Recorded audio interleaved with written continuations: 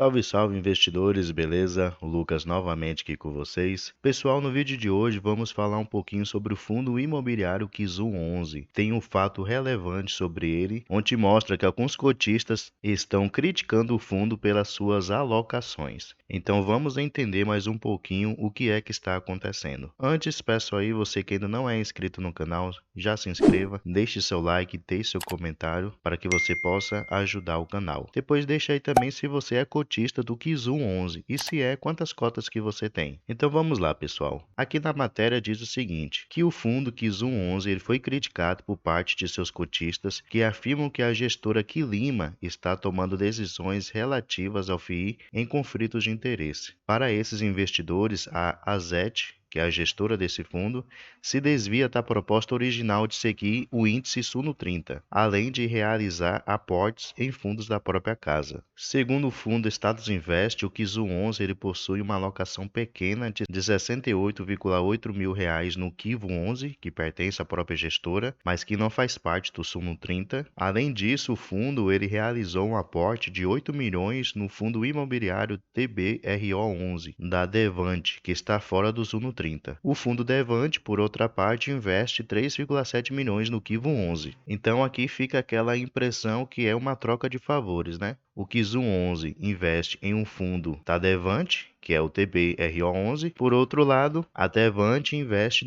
num fundo que é da gestora Quilima, que é o Kivu 11. A matéria continua dizendo o seguinte, que os aportes nos fundos fora do índice não são irregulares, pois o regulamento do Kizu 11 prevê que um fundo deve ter no mínimo 80% do seu patrimônio em cotas dos ativos que integram o Suno 30. Na atualização mais recente, o fundo possuía 40,3 milhões em 6 fundos que não estão no índice de referência, 10% do total dos 404 milhões que é o patrimônio atual do Kizu 11. Aqui embaixo nós podemos ver quais são esses fundos que atualmente o Kizu 11 investe que não fazem parte do Suno 30. Podemos ver aqui o RBVA11, onde ele tem aqui 10 milhões de reais, o GTWR11, um pouco mais de 10 milhões de reais, o TPRO11, onde ele tem aqui quase 8 milhões de reais, o HSLG11, onde ele tem aqui quase 8 milhões de reais também, o NCR11 com um pouco mais de 4 milhões e o Kivu 11, que é um fundo da casa, com um pouco mais aí de 68 mil reais. E a matéria prossegue dizendo o seguinte, que quando o fundo da Quilima, no caso Kizu 11, ele foi criado lá em 2020, o regulamento previa que a gestora poderia deixar 20% do seu patrimônio do fundo desenquadrados em relação ao Suno 30, a esse índice de referência, para realizar uma gestão ativa que buscasse superar o índice de referência. Além disso, essa margem também evitaria movimentos bruscos do Kizu 11 para comprar ou vender um ativo em momentos desfavoráveis do mercado. E o que é esse Suno 30? Esse índice ele reflete a performance dos fundos imobiliários modernos, sendo composto por 30 fundos que sigam 4 critérios, que são os seguintes. O fundo deverá fazer parte da composição do IFIX. O fundo ele não poderá ser um fundo de fundos, um FOF no caso. O fundo não poderá ser um fundo monoativo, no caso ter somente um inquilino. E por último, o fundo deverá ter o dividendo yield maior que zero dos últimos 12 meses. Então todos os fundos que se enquadrarem aí nesses 4 critérios, os 30 primeiros farão parte assim desse índice Suno 30. E aqui nós podemos ver o comentário de alguns cotistas do Kizu 11 que estão descontentes com essa maneira que o fundo ele começou a investir. Uma pessoa falou assim, o DVFF11, que é um FOF da Devante, resolve entrar na emissão do novo fundo de recebíveis da Quilima, no Kivu 11. Na mesma época, o Kizu 11 da Quilima, excepcionalmente, resolve investir em um fundo que não passa nem perto do seu índice de referência Suno 30 para aproveitar fazer uma alocação pontual no TPRO11, o fundo da Devante,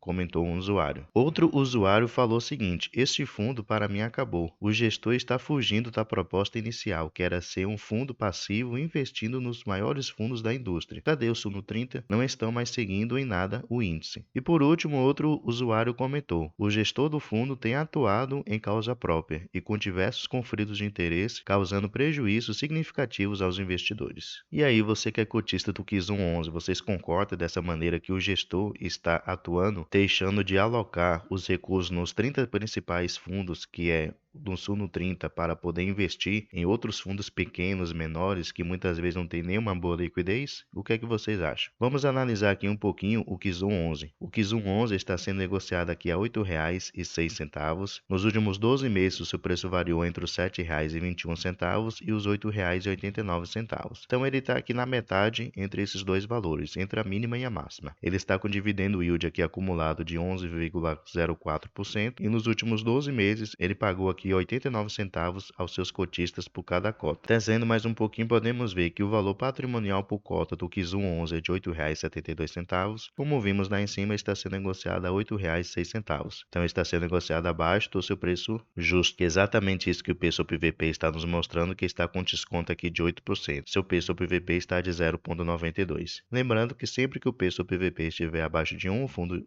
está com desconto. Se tiver acima de 1, o fundo está sendo negociado mais caro. Isso quer dizer o quê? Em pormenores, que o patrimônio do Kizum 11 é de 385 milhões de reais, porém o mercado só está disposto a pagar nele 356 milhões de reais. Ele tem aqui 8 milhões e meio de reais em caixa para futuros investimentos. Isso corresponde a 2,23% do seu patrimônio atual. Ele conta aqui com um pouco mais de 111 mil cotistas e tem um pouco mais de 44 milhões de cotas distribuídas no momento. Tem uma boa liquidez média diária superior aqui a 856 mil reais e tem participação no índice Infix de 0,33%. O último pagamento do Kizum 11 foi de 9 centavos, que foi aqui no mês que ele anunciou aqui no último dia útil de dezembro de 2022 e pagou aqui no dia 13 de janeiro de 2023, tendo como referência aqui a sua cotação de R$ 8,10, ele teve o rendimento naquele mês de 1,11%. E para quem tiver curiosidade de saber quais são os fundos que o Kizum 11 investe, vocês podem conferir aqui, ó. Realmente são fundos bastante conhecidos, fundos com alto valor patrimonial, que têm uma excelente liquidez diária, de vários setores